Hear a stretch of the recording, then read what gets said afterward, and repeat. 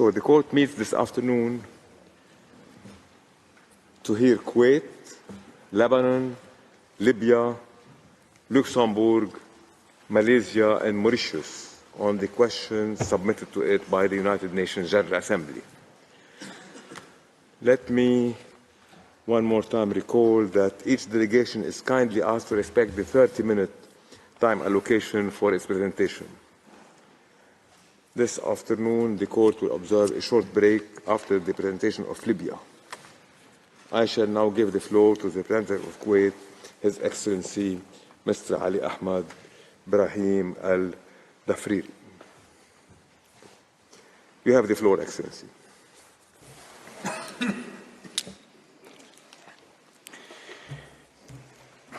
Bismillah ar-Rahman ar-Rahim. Mr. President, honorable members of the court, it is a great honor to appear before you as the agent of the state of Kuwait in these proceedings. Kuwait deeply appreciates the extraordinary effort taken by the court to allow this hearing to proceed smoothly in light of the great number of participants. The current advisory proceedings are of extreme importance to the Palestinian people, Kuwait, the international legal order, and the international community as a whole. Kuwait has always advocated that peace fosters the observance of law and vice versa. Adherence to the United Nations Charter is an indispensable prerequisite for the definitive establishment of international peace. Indeed, peaceful relations are founded on accepted rules, and as such, peaceful relations among states are based on the provisions of the United Nations Charter. These include, notably, the principle of non-use of force and the peaceful settlement of disputes. These rules apply to all states. Respect for these fundamental rules contribute to the consolidation of international peace. Regrettably, the above-mentioned foundational rules have not been upheld in the case of Palestine. The conflict between the Palestinian and Israel, hereafter referred to as the occupying power, is an illegal occupation conflict involving, on one side, an occupying power equipped with all military means, and the other side, an occupied nation without defensive capabilities, facing daily expulsion, human rights violation, and all sufferings associated with any occupation situation. Over the past decades, the situation between the Palestinians and the occupying power has been extremely tense, resulting in a serious human rights law and humanitarian law violation committed by the latter. Various intergovernmental and non-governmental organizations have documented these violations by publishing comprehensive reports.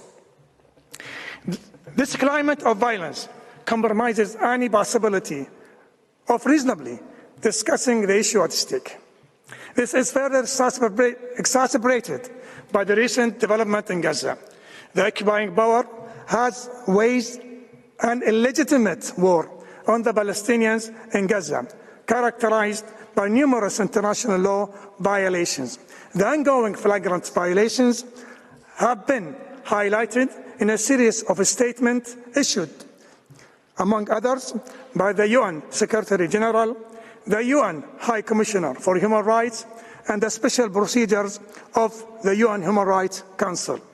The unprecedented violence in Gaza is a result of 57 years of illegal occupation of the Palestinian territories, and it must stop. The late Emir of the State of Kuwait,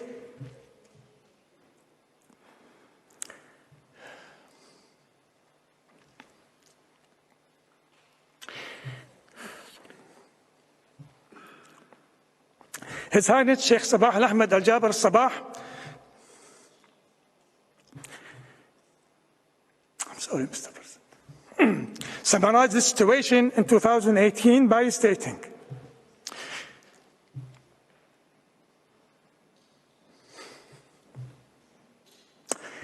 We ask the whole world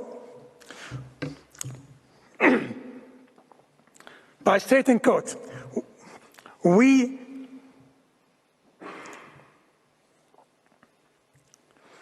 Mr. President. Quote, why do we ignore and do not implement Security Council resolutions?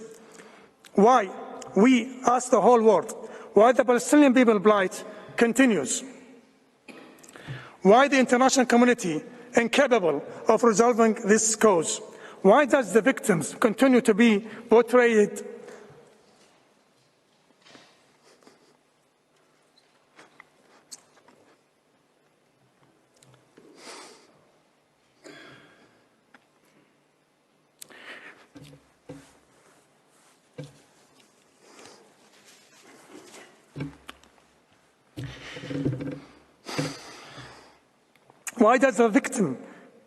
Why does the victim continue to be portrayed as a killer according to Israel's norms?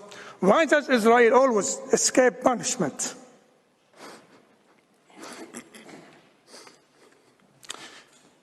Why have all these souls been lost amid absence of world conscience? Unquote. Sorry, Mr. President. Sorry. Mr. President, distinguished members of the court, it is in this context that Kuwait appears for the first time before the court, following the adoption by the UN General Assembly of resolutions 77247, requesting the court to deliver an advisory opinion on two legal questions. The first question asks the court to evaluate the illegality of the occupying power's specific policies and actions within its occupation of the Palestinian territories, while seeking the court's determination of the corresponding legal ramification. The second question addresses the core issue. Has the occupation become illegal? Kuwait will demonstrate the illegality of this occupation, underscoring the necessity of its cessation. Mr. President, honourable members of the court, my distinguished colleagues will now address these issues in greater depth. Second, first, His Excellency Ambassador Tariq al-Bannai, permanent representative of Kuwait to the UN, will address why the court does have jurisdiction to deliver the advisory opinion requested by the UN General Assembly. He will also highlight certain legal practices and policies of the occupying power. Second, Her Excellency Tehani al-Nassir, Assistant Foreign Minister for Legal Affairs of Kuwait, will start by enumerating the grounds proving the illegality of the occupation of the Palestinian territories, hereafter referred to as the OBT. She will then focus on the legal consequences arising from the breaches of those fundamental rules. And finally, she will provide the court with a certain concluding remarks. Thank you, Mr. President, honourable members of the court, for the privilege of appearing before you. I now kindly ask Mr. President to invite Ambassador al-Bannai to address the court. I thank His Excellency Mr. al-Dafiri. I now give the floor to His Excellency Mr. Tariq al-Bannai. You have the floor, Excellency. Mr. President, honourable members of the court, it is a tremendous honour and privilege to appear before you on behalf of the State of Kuwait. 20 years have passed since the seminal Wall Advisory Opinion. Today, in these current proceedings, the question of the illegality of the occupation of the Palestinian territory is directly before the court. With your permission, I turn now to my first topic, focusing on whether the court has jurisdiction to render the advisory opinion requested. In Kuwait's view, the answer is a categorical yes. Indeed, the majority of submissions in these proceedings argue in favor of the Court's jurisdiction. Article 65 of the Statute of the Court provides that the Court may render an advisory opinion, and I quote, on any legal question at the request of any organ or institution authorized by the Charter of the United Nations or in accordance with its provisions to request such an opinion, unquote. In turn, Article 96 of the UN Charter, quote, the General Assembly or the Security Council may request the International Court of Justice for an advisory opinion on any legal question, unquote. In practice, it is primarily the General Assembly that has most frequently utilized this procedure to date. After all, when the General Assembly decides to request the Court to deliver an advisory opinion, this means that the request reflects an important concern of the international community, seeking a legal answer. The Court itself observed that the General Assembly, within the scope of its peacekeeping responsibilities, has a broader perspective than that of the Security Council, as it also considers humanitarian, social, and economic aspects. An attentive look at the Court's jurisprudence points to the fact that, quote, only compelling reasons may lead the Court to refuse its opinion in response to a request falling within its jurisdiction, unquote. Although the Court has the discretionary power to refuse to respond to a request for an advisory opinion for reasons of judicial propriety, it has not availed itself of this option thus far. In the present case, it is incontestable that the questions included in the relevant General Assembly resolution are clearly specific questions of legal character. Any attempt to qualify them as non-specific or non-legal should fail. It is worth noting that the Court, in the Wall advisory opinion, rejected similar attempts. In essence, in the Wall advisory opinion, the central issue revolved around the construction of the wall and its impact on the right to self-determination of the Palestinian people. 20 years later, the context has broadened substantially. The Court is now tasked with determining the legal status of the ongoing occupation of the occupied Palestinian territory since 1967, given its persistence for over 57 years. Prior to addressing the next topic, I feel compelled to briefly refer to an argument certain states have made, fallaciously alleging that the issuance of an advisory opinion might undermine ongoing negotiations and peace processes. This argument, Mr. President, honourable members of the Court, is groundless and without merit. Kuwait has always underscored the importance of resuming peace negotiations with a view of reaching a just and comprehensive peace, based on the terms of reference of the peace process, the resolutions of the Security Council, and the Arab Peace Initiative. However, the relevant UN resolutions and the Wall advisory opinion make clear that any negotiations that take place must have as their objective the achievement of a just and lasting peace in accordance with international law. The Court has an important role to play in this regard by stating what the applicable rules of international law are, including the rights and obligations of the relevant parties, all states and the United Nations. This is exactly the purpose of the UN General Assembly resolution requesting the Court to deliver an advisory opinion. By doing so, the Court may in fact help revive negotiations and inspire a return to a peace process premised on international law. After all, the Court's advisory opinions shed light on complicated legal issues, appeasing tensions, uncertainties, and potential disputes. Mr. President, honourable members of the Court, I will now address our second topic, providing you with examples of the occupying power's unlawful and egregious policies and practices in the OPT. In the interest of time, I will limit my presentation to 3 policies, which demonstrate the true nature of the illegal occupation. The first is forced displacement. The second relates to the illegal settlements on and the annexation of the Palestinian territory. And the third is discrimination at a scale and nature that amounts to apartheid. The remaining issues were discussed thoroughly in the written submission of Kuwait.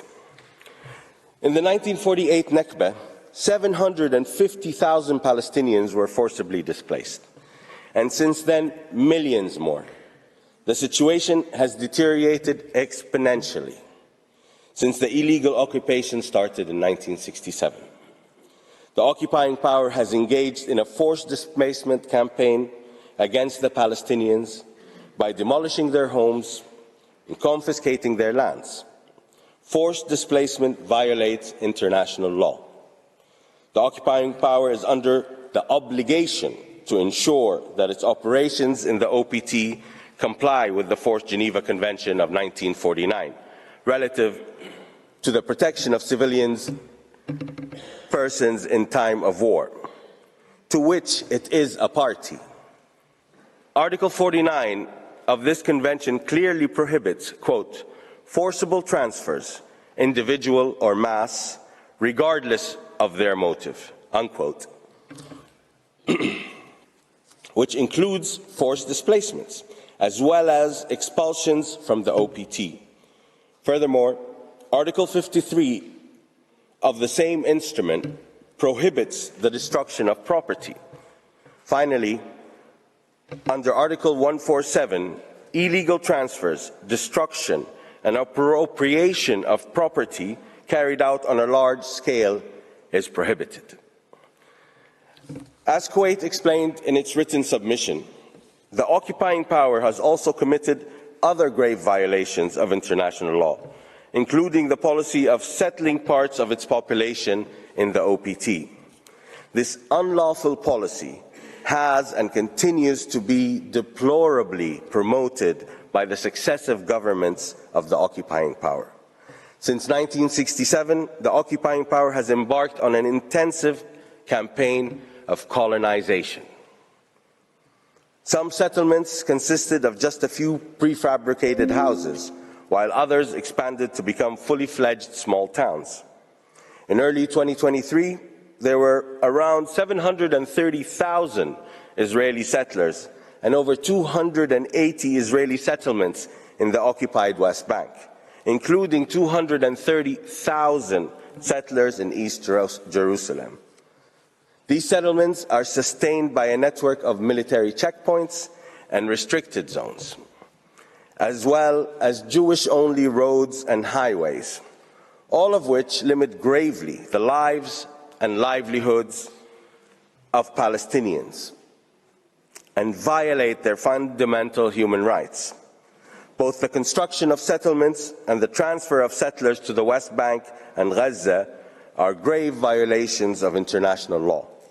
In particular, Article 49 of the Fourth Geneva Convention, which states that, I quote, the occupying power shall not deport or transfer parts of its own civilian population into the territory it occupies, unquote. It is also noteworthy, Mr. President, that settlers in the OPT are not governed by the same laws that apply to the indigenous inhabitants of the territory. Jewish settlers are provided with special rights, facilities and subsidies that are denied to the indigenous Palestinian population. The occupying power's policy not only supports the existing settlers, but also incentivizes new settlers. The discriminatory policies and practice also violate the sovereignty of Palestinians over their natural resources, allowing the settlers and foreign companies to exploit the water and agricultural products of the occupied land without any benefit to the occupied population. It is widely recognized that the occupying power has codified its discriminatory policies and practices against Palestinians in its legislation. Specifically, it grants rights to Israeli Jews and systematically discriminates against Palestinians. For instance, the Land Acquisition Law of 1953 facilitates the alienation of confiscated Palestinian land for the benefit of various institutions of the occupying power. Quasi-public organizations, such as the Jewish Agency, engage in material discrimination, in particular through the allocation of confiscated Palestinian land to Israeli Jews. Mr. President, honorable members of the Court, thank you for your kind attention, and may I kindly ask that you invite Her Excellency Tehani al-Nassir to the podium.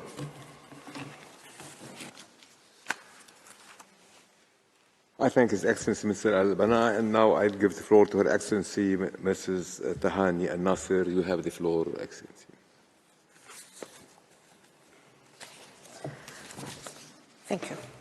Mr. President, distinguished members of the Court, it's a great honor and a privilege to appear before you on behalf of Kuwait. In the written submissions, the great majority of states participating in these proceedings, along with the 3 intergovernmental organizations, concluded that the occupation of the OPT is illegal. Kuwait firmly agrees with this view in its written submission.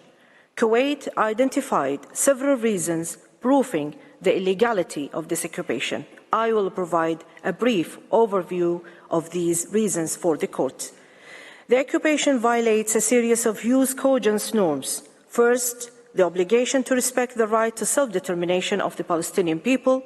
The right of people to self-determination is a right clearly recognized in international law as evidenced by several instruments and as submitted by 35 states and international organizations participating in these proceedings. This is articulated in Article 1.2 of the UN Charter, which define the purposes of the United Nations, including, I quote, to develop friendly relations among nations based on respect for the principle of equal rights and self-determination of peoples, and to take other appropriate measures to strengthen a universal peace, unquote. The same obligations are expressed in Article 1 of the International Covenant on Civil and Political Rights and the International Covenant on Economic, Social and Cultural Rights. Second, Kuwait joined the participants in these proceedings who have concluded in their written submission that the ongoing military occupation of the OPT is illegal because it violates the jus cogens prohibition on the use of force. Third, the occupying power, by confiscating and annexing parts of the OPT, violates the prohibition on the acquisition of territory by force. This was underscored by 38 participants in the written proceedings. This fundamental norm was incorporated into Security Council Resolution 242 of 1967 and reaffirmed in Security Council Resolution 338 of 1973. Accordingly, the occupying power does not have the right to claim sovereignty over the OPT occupied since 1967. Fourth, the occupation is illegal because it obviously violates the law of military occupation. For instance, the occupation of the OPT is not of minimal duration. Facts clearly demonstrate that it is intended to be prolonged and ultimately permanent. A permanent occupation constitutes a serious violation of international law based on the verifiable evidence available to us. It's indisputable that this is precisely what is happening in the OPT. This prolonged occupation and identified violation of the Palestinians' right to self-determination renders the occupation illegal. Moreover, the conduct of the occupying power in the OPT violates the rules of international humanitarian law. In the World Advisory opinion, the Court stated that, quote, the Fourth Geneva Convention is applicable in the occupied Palestinian territories, unquote. The Court also determined that the Hague regulations are reflective of customary international law and thus applicable to the conduct of the occupying power in the OPT. Far from complying with the law of occupation, the actions of the occupying power disregard international law. These actions include, inter alia, the establishment of settlements in the OPT, confiscation of Palestinian public and private property, and its failure to protect Palestinians from violence caused by state actors and private parties, including inter alia armed illegal settlers. Finally, the occupation violates the jus cogens prohibition of apartheid. 21 participants in these proceedings supported this in their written submissions, while 14 maintained that the situation of apartheid qualifies the occupation as illegal under international law. The prohibition of apartheid is evidenced in various sources of international law. The occupying power is bound by the 1965 Convention on the Elimination of All Forms of Racial Discrimination, to which it is a party. Furthermore, it shall abide by the prohibition of apartheid as enshrined in 1973 International Convention on the Suppression and the Punishment of the Crime of Apartheid, which codifies customary international law. Several voices and independence experts have warned that the occupation of the OPT amounts to a regime of apartheid. For instance, in March 2022, the Special Rapporteur on the situation of human rights in the Palestinian territories occupied since 1967, in his report reached a similar conclusion. Kuwait, respectively, suggested that the above violations cannot be reconciliated with the fundamental rules of international law. Hence, the occupation must be declared illegal in accordance with international law and the relevant UN Security Council resolution. It must stop. This will guarantee the right of the Palestinian people to be available state and along 1967 borders with East Jerusalem at its capital. Mr. President, members of the Court, the legal analysis of the question involved in these advisory proceedings demonstrate that the occupation of the OPT is illegal, in contravention of the fundamental rules of international law. It is written submission, Kuwait did address the legal consequences arising from the occupying powers, numerous and long-standing violations of these rules. Please allow me to provide with a view d'ensemble. As indicated, the action of the occupying power and the occupation as a whole are plenarily incompatible with the rights of the Palestinian people and obligations of the occupying power under international law. Its breaches of these rights and obligations engage the occupying power's international responsibility. The occupying power must therefore take several measures. First, it must provide Palestinians with relief in accordance with the principles of customary international law on the responsibility of states for internationally wrongful acts.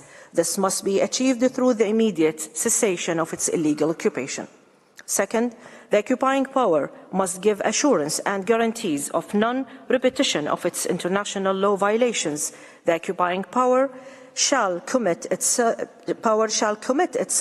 to not repeating the same breaches in the future. Finally, the occupying power is under the obligation to make full reparation for the injury caused by its occupation and discriminatory policies and practices. As for all other states, they are obliged to refrain from acknowledging the legality of the situation created by the illegal occupation and associated illegal policies and practices. They shall also abstain from offering support or assistance to sustain the circumstances stemming from the unlawful occupation and associated actions. Third state shall also contribute to safeguarding the Palestinian population against war crimes, genocide and crimes against humanity, and ensure that those responsible for crimes committed within the framework of illegal occupation are held accountable. In turn, the UN shall refrain from acknowledging the legality of the situation resulting from the illegal occupation and associated actions. The UN shall also refrain from offering support or assistance to prolong the situation and should instead cooperate to bring an end to the illegal occupation.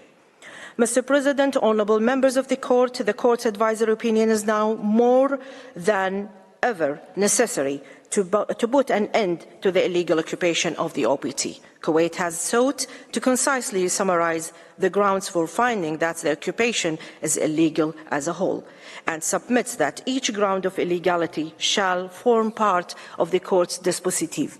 We are confident that the court will assess Kuwait's written submission and oral statement as an expression of its faith in justice, its support for the rule of law, and its desire for peace for all states in the region. Mr. President, honourable members of the court, this ends Kuwait's oral statement. Kindly allow me, on behalf of Kuwait's delegation, to thank the court for its kind attention, as well as the registry staff and the interpreter for all their support.